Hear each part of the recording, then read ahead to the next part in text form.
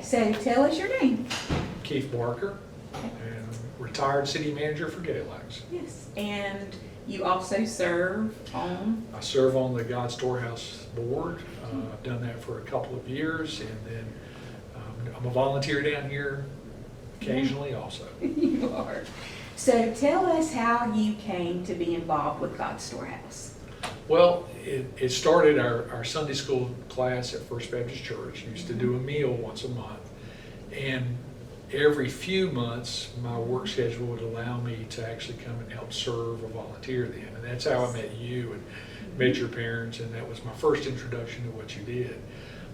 When COVID hit, part of the funding that the city received was for helping folks in the community, businesses, those that were in, just coming up short on things. And part of what we did with the funds, we delegated a portion of it for food security, which we thought was pretty important.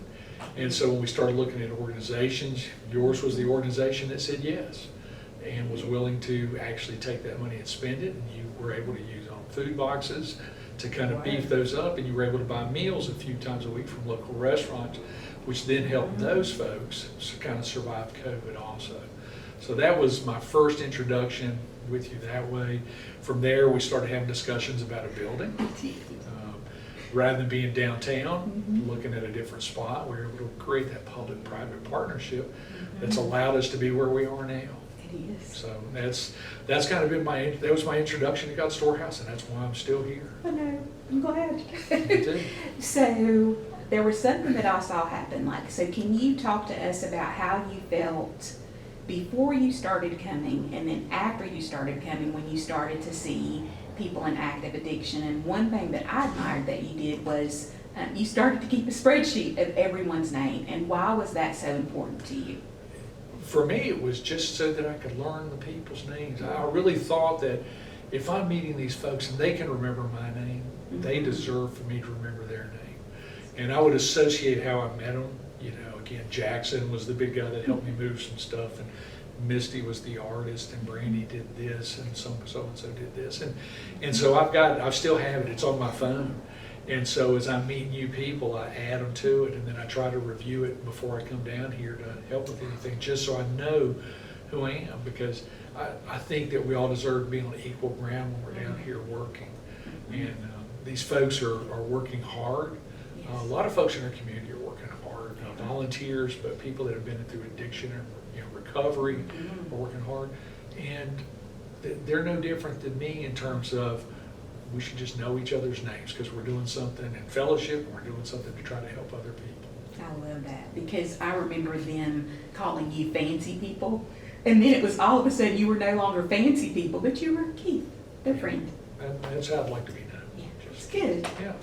So there's something else that I have one final question. So I know lots of times when you and your wife come down and you're volunteering and you're doing things that you bring your grandson in.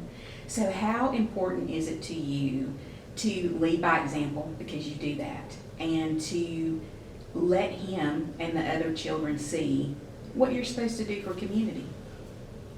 Well, I would hope if you talk to my family that all of them will tell you how important this place is and what we're doing is important to me. Finn is the direct, person that I can bring down here to try to influence on how we need to be helping people and responding to people and just recognizing folks for their successes and sometimes their failures, but encouraging them to still get back up and try again. I really think that one of the great things about this place is that we're going to celebrate your achievements, but we're going to also talk about your failures, but continue to encourage you to come back and let's do this again and let's get you back where you were before. And I hope, my prayer is that none of this ever happens to my grandson or, my family or something like that, but recognize that, gosh, this is a place that, there is hope and there is love and there's caring and there's acceptance and there's forgiveness and there's everything. And, that's God in the middle of all of it all the time, and we just need to recognize it. But I need to, if I'm one of the ones that can help influence my grandson to say, hey, I helped down there, and I used to help load freezers, and I used to help go get food, and I can help put food in food boxes, and that's a good core memory for him. And maybe wherever he is one day, that's what he'll continue to do wherever he is. Oh, I love it. Thank you. Thank you. That was so cool.